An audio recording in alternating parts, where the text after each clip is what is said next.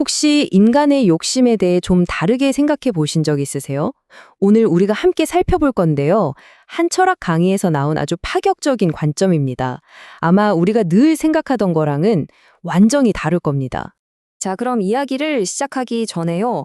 지금 우리가 살고 있는 이 시대의 좀 이상한 점, 어떤 모순 같은 것부터 한번 짚고 넘어가 보죠. 이게 바로 오늘 이야기의 출발점입니다. 한번 생각해 보세요. 세상은 이렇게 발전하고 지식과 정보는 넘쳐나는데 왜 어째서 인간의 욕심은 끝이 없는 걸까요? 오히려 더 심해지는 것 같지 않으세요? 정말 이상하죠.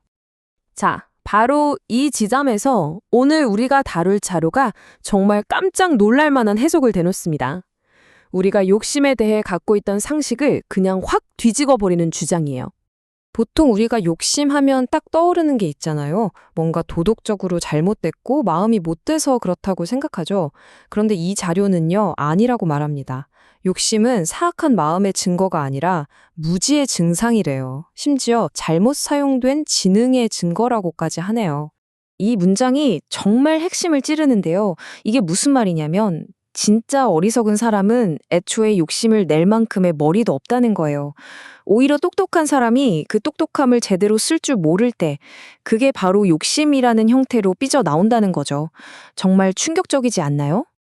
그러니까 이 자료의 주장은 이거예요.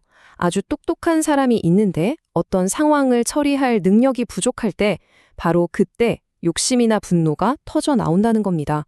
이걸 좀 쉽게 비유해 볼까요? 여러분 안에 엄청나게 강력한 엔진이 있다고 상상해 보세요. 지능이죠. 근데 운전 기술이 미숙하면 어떻게 될까요?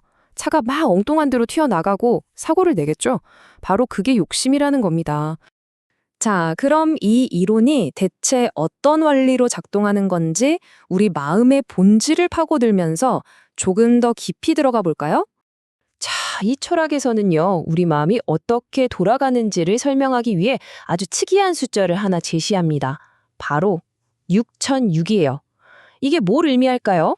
아까 보여드린 그 6006이라는 숫자, 그 정체가 바로 이겁니다.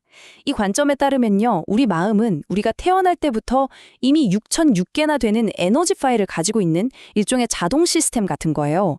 그러니까 내가 욕심내지 말아야지 하고 의식적으로 컨트롤하는 게 아니라 이 타고난 에너지들이 알아서 막 작동하면서 우리의 감정과 생각을 만들어낸다는 거죠. 자, 이렇게 마음이 자동 시스템이라는 걸 알았으니 이제 이걸 욕심의 진짜 원인과 한번 연결해 보겠습니다. 도대체 왜 욕심이 생기는 걸까요? 여기서 첫 번째로 알아야 할 핵심 개념이 바로 질량입니다. 이건 무게를 재는 그 질량이 아니고요. 사람이 태어날 때부터 가지고 있는 그릇의 크기, 잠재력, 에너지의 총량을 말하는 거예요. 사람마다 이 질량이 다 다르다고 보는 거죠.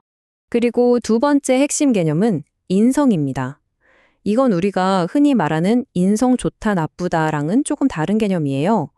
여기서 말하는 인성은 아까 말한 그 타고난 질량이라는 에너지를 제대로 다루기 위해서 우리가 공부하고 수양해서 갖춰야 하는 기술과 지혜를 의미합니다.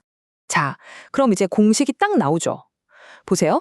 첫째, 당신은 아주 큰 잠재력, 즉 높은 질량을 가지고 태어났어요. 그런데 둘째, 그걸 다룰 만한 훈련, 즉 인성이 아직 부족한 상태인 거죠. 그럼 어떻게 될까요? 바로 그 주체할 수 없는 에너지가 욕심이라는 형태로 터져 나오는 겁니다.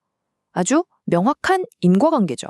자, 이제 문제의 원인이 뭔지 알았으니 희망이 보이죠?